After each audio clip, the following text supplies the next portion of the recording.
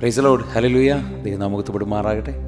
ഈ മിനിറ്റിൽ ദൈവത്തിൻ്റെ വചനവുമായി നിങ്ങളുടെ കൂടെ ചേർന്നിരിക്കുവാൻ പരിശുദ്ധാത്മാവ് തന്നിരിക്കുന്ന നല്ല കൃപകൾക്കായി ഞാൻ ദൈവത്തിന് സ്തോത്രം ചെയ്യുന്നു. നിങ്ങൾ ഓരോരുത്തരും സുഖമായിരിക്കുന്നുവെന്ന് ഞങ്ങൾ വിശ്വസിക്കുന്നു. പ്രത്യേകിച്ച് യൂട്യൂബ് ചാനലിലൂടെ ദൈവത്തിൻ്റെ വചനം ശ്രദ്ധിക്കുന്ന എല്ലാവരെയും യേശുവിൻ്റെ നാമം ഞങ്ങൾ സ്വാഗതം ചെയ്യാൻ കർത്താവ് നിങ്ങൾ അനുഗ്രഹിക്കട്ടെ. ഈ മിനിറ്റുകളിൽ നിങ്ങളോട് ദൈവത്തിൻ്റെ വചനം ഷെയർ ചെയ്യാൻ ആഗ്രഹിക്കുന്നു. വിശുദ്ധ വേദപുസ്തകത്തിൽ അപ്പോസ്തലപ്രവൃത്തികളുടെ പുസ്തകം 12-ാം അധ്യായം അതിൻ്റെ 11-ാമത്തെ വാക്യത്തിൽ നിന്ന് ചില കാര്യങ്ങൾ നിങ്ങളുമായി ഷെയർ ചെയ്യാൻ ആഗ്രഹിക്കുന്നു. ആമേൻ. ഒരു നിമിഷം പ്രാർത്ഥിക്കും. പരിശുദ്ധനായ നല്ല കർത്താവേ, ബെനിമേറിയ നല്ല സമയത്തിനാണ് ഞങ്ങൾ അങ്ങനെ സ്തുതിക്കുന്നു, സ്തോത്രം ചെയ്തു. പിതാവേ, ഞങ്ങൾക്ക് അങ്ങയുടെ സന്നിധിയിലായിരിക്കുവാൻ സ്വർഗ്ഗത്തിൽ ദൈവം ഞങ്ങൾക്ക് തന്നിരിക്കുന്ന നല്ല ഒരു അവസരത്തിനായി, നല്ലൊരു ഭാഗ്യത്തിനായി സ്തോത്രം ചെയ്യുന്നു. കർത്താവേ, തുടർന്നുള്ള മിനിറ്റുകളിൽ, തുടർന്നുള്ള സമയങ്ങൾ ഞങ്ങളോട് സംസാരിക്കണം. ഈ വചനം കേൾക്കുന്ന സകല പേരുടെ മേലും പരിശുദ്ധാത്മാവ് ഒരു വലിയ രോഗശാന്തി അയക്കുന്നതിനായി സ്തോത്രം ചെയ്യുന്നു. കൃപയാൽ നടത്തണം യേശുവിൻ്റെ നാമത്തിൽ പിതാവേ. ആമേൻ, ആമേൻ, ആമേൻ. സ്തോത്രം. Praise the Lord. ഹല്ലേലൂയ.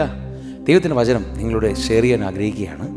ഇപ്രകാരം എഴുതിയിരിക്കുന്നു. വിശുദ്ധ അപ്പോസ്തലപ്രവൃത്തികളുടെ പുസ്തകം 12-ാം അധ്യായം 11-ാമത്തെ വാക്യം ഇപ്രകാരം പറയുന്നു: പത്രോസിന് സുബോധം വന്നിട്ട് കർത്താവ് തൻ്റെ ദൂതനെ അയച്ചു, ഹേരോദാവിൻ്റെ കയ്യിൽ നിന്നും യഹൂദാജനത്തിൻ്റെ സകല പ്രതീക്ഷയിൽ തന്നെ വിടുവിച്ചു എന്ന് ഇപ്പോൾ ഞങ്ങൾ വാസ്തവമായി അറിയുന്നുവെന്ന് അവൻ പറഞ്ഞു. ശ്രദ്ധിച്ചേ ദൈവമക്കളെ, വിശുദ്ധ അപ്പോസ്തലപ്രവൃത്തികളുടെ പുസ്തകം ആരംഭിക്കുമ്പോൾ നമുക്കറിയാം, പുതിയ നിയമത്തിലെ ചരിത്ര പുസ്തകമാണ് അപ്പോസ്തലപ്രവൃത്തികളുടെ പുസ്തകം. ആ പുസ്തകത്തിൽ പത്രോസിനെ കുറിച്ച് പറയുന്നൊരു കാര്യമാണ്. അതിൻ്റെ ചുരുക്കം വാക്കുകൾ നിങ്ങൾക്കറിയാവുന്ന സംഭവം പറയാൻ ആഗ്രഹിക്കുന്നു. റോമാ സാമ്രാജ്യം യോഹന്നാന്റെ സഹോദരൻ യാക്കോബിനെ പിടിച്ചു. യാക്കോബിനെ അവർ വാളോട് വെട്ടി നശിപ്പിച്ചു കളഞ്ഞു, തകർത്തു. അത് യഹൂദന്മാർക്ക് ഭയങ്കരമായി ഇഷ്ടപ്പെട്ടപ്പോൾ, ബോധിച്ചത് കണ്ടപ്പോൾ, അപ്പോൾ അപ്പോസ്തലനായിരിക്കുന്ന പത്രോസിനെ പിടിച്ചു. അവർ തടവിലാക്കി. പത്രോസ് അങ്ങനെ ചങ്ങലയിൽ ബന്ധിക്കപ്പെട്ടവനായി, ഒത്തിരി പ്രശ്നങ്ങളായി. പത്രോസ് രാത്രിയിൽ കിടന്നുറങ്ങുമ്പോൾ സഭ ശ്രദ്ധയോടെ പ്രാർത്ഥിച്ചുകൊണ്ടിരിക്കുകയായിരുന്നു. സഭ ശ്രദ്ധയോടെ പ്രാർത്ഥിക്കുമ്പോൾ ദൈവത്തിൻ്റെ ദൂതൻ പത്രോസിൻ്റെ അടുക്കിലേക്ക് രാത്രിയുടെ യാമത്തിൽ ഇറങ്ങി വന്നു. പത്രോസിനെ തട്ടി വിളിച്ചു, പത്രോസേ എഴുന്നേൽക്ക. പത്രോസ് എഴുന്നേറ്റു, അരമുറുക്കി. തൻ്റെ കയ്യിലും കാലിലും കിടന്ന ചങ്ങലകളൊക്കെ അഴിഞ്ഞുപോയി. അടുത്ത മിനിറ്റ് സംഭവിക്കുന്ന പത്രോസ് എഴുന്നേറ്റ് നടന്നു. അവൻ സ്വപ്നം കാണുന്ന പോലെ മൂടി നടക്കുമ്പോൾ അവൻ്റെ മുന്നിൽ വാതിലുകൾ തുറക്കാൻ തുടങ്ങി.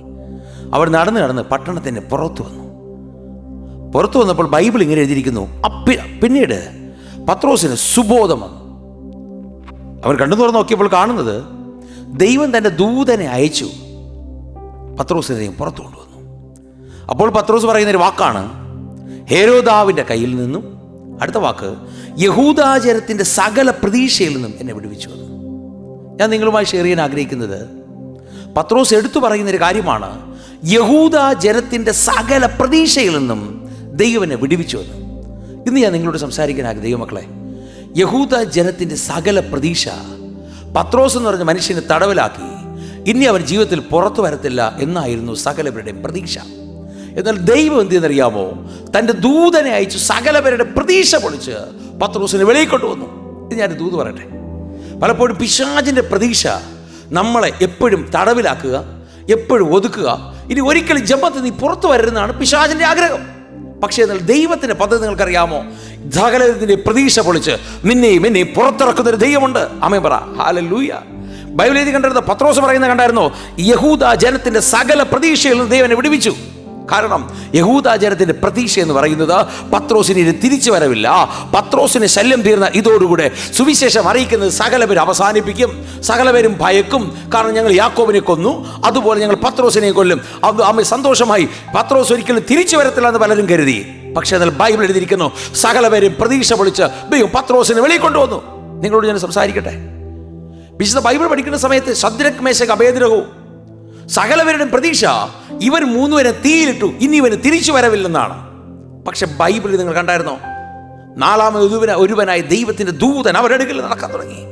എന്താ സംഭവിച്ചത്? സകലവരുടെയും പ്രതീക്ഷ പൊളിച്ച്, അവിടെ കൂടി സകലവരുടെയും പ്രതീക്ഷ പൊളിച്ച് ആമേൻ ശദ്രക്കിനെ, മേശകിനെ, അബേദ്നെഗോവിനെയും ദൈവം തീക്കകത്ത് നിന്ന് പുറത്തു കൊണ്ടുവന്നു. ആത്മാവിനൊരു ദൂത് പറയാം. പിശാചിന്റെ ഒത്തിരി പ്രതീക്ഷകളുണ്ട്. നിന്റെ കുടുംബത്തെ ഇല്ലാതാക്കുക, നിന്നെ തകർക്കുക, നിനക്കൊരു തിരിച്ചു വരവില്ല എന്ന് പിശാച് പറയും. പക്ഷെ ആത്മാവിൽ നിന്നോട് പറയാം, മറന്നു പോകരുത്. സകല പ്രതീക്ഷകളെ പൊളിച്ച്, ശത്രുവിന്റെ പ്രതീക്ഷ പൊളിച്ച് ദൈവം എന്നെ നിന്നെ പുറത്തിറക്കുന്നവനാണ്. രാമേൻ പറ. ഹല്ലേലൂയ.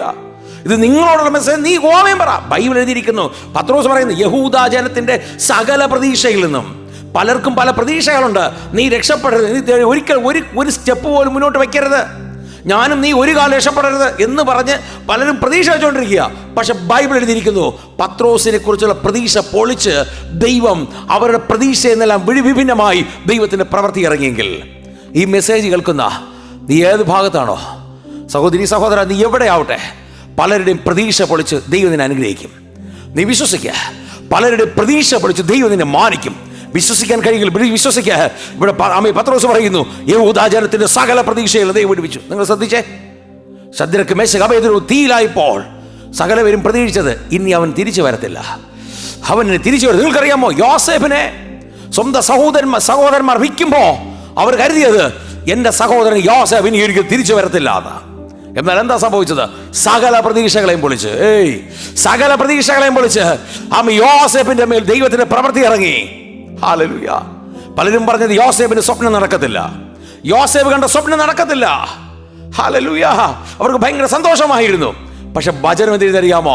സകലവരും പ്രതീക്ഷ പൊളിച്ച് യോസേഫിലൂടെ ദൈവത്തിന്റെ പ്രവൃത്തി നടന്നെങ്കിൽ ഇന്ന് നിങ്ങൾ വിശ്വസിക്കുക. നിങ്ങളോട് ഞാൻ ദൈവത്തിന്റെ വചനം സംസാരിക്കുന്നേ. സകലവരും പ്രതീക്ഷ പൊളിച്ച് ദൈവം നിന്നെ പുറത്തിറക്കും, ദൈവം നിന്നെ മാനിക്കും. ശത്രുവിന്റെ പ്രതീക്ഷ പൊളിച്ച്, ശത്രു നിന്നെക്കുറിച്ച് പ്രതീക്ഷിക്കുന്ന നിന്നെ ഇല്ലാതെയാക്കുകയായിരിക്കാം, പക്ഷെ ആ പ്രതീക്ഷ പൊളിച്ച് സഹോദരി സഹോദര നിന്നെ വിടുവിക്കുന്നതിന് ദൈവമുണ്ട്. നിനക്കെന്താ കർത്താവിന് വിശ്വസിക്കാൻ മനസ്സുണ്ടോ? കർത്താവിനെ ഏൽപ്പിക്കാൻ മനസ്സുണ്ടോ? ഞാൻ ചുരുക്ക വാക്കിൽ പറഞ്ഞു നിർത്തട്ടെ. ഇവിടെ പത്രോസ് പറയുന്നു, യഹൂദ ജനത്തിൻ്റെ സകല പ്രതീക്ഷയിൽ നിന്നും. അവർ പ്രതീക്ഷിച്ചത് അടുത്ത ദിവസം പത്രോസിൻ്റെ അവസാനമാണെങ്കിൽ അടുത്ത് തുടങ്ങുന്നത് പത്രോസിൻ്റെ അടുത്തൊരു ജീവിതമാണ്. ശദ്രക്ക് മേശക്ക് അബേദ്നെഗോവിൻ്റെ സകലപേരും പ്രതീക്ഷിച്ചത് ഇവനെ ഇവിടെ ഇട്ടാ ഇനി തിരിച്ചു വരവില്ലെന്ന്. പക്ഷെ കുഞ്ഞെ, അവിടെ നിന്ന് തിരിച്ചു വന്നെങ്കിൽ, വിശ്വസിക്കാൻ പറ്റുമെങ്കിൽ വിശ്വസിക്കുക, നിനക്കൊരു തിരിച്ചു വരവുണ്ട്. ഏൽപ്പിക്കട്ടെ, ഒന്ന് ഏൽപ്പിച്ചു കൊടുക്കുന്നു. പ്രാർത്ഥിക്കാം. ഒന്ന് കണ്ണുകളടച്ച്.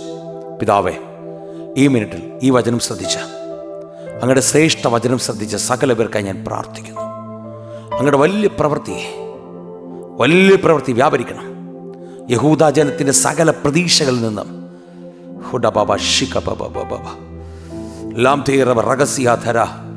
പത്രോസിനെ പുറത്തെടുത്തതുപോലെ പിതാവേ, ഏതൊക്കെ മേഖലകളിൽ ഒരു പിടിയുമില്ല, എന്ത് ചെയ്യണമെന്നറിയാതെ ടെൻഷൻ അടിച്ച് ഇനിയില്ല എന്ന് പറയുന്നവനെ കർത്താവ് പുറത്തെടുക്കുന്നതിനായി സ്തോത്രം.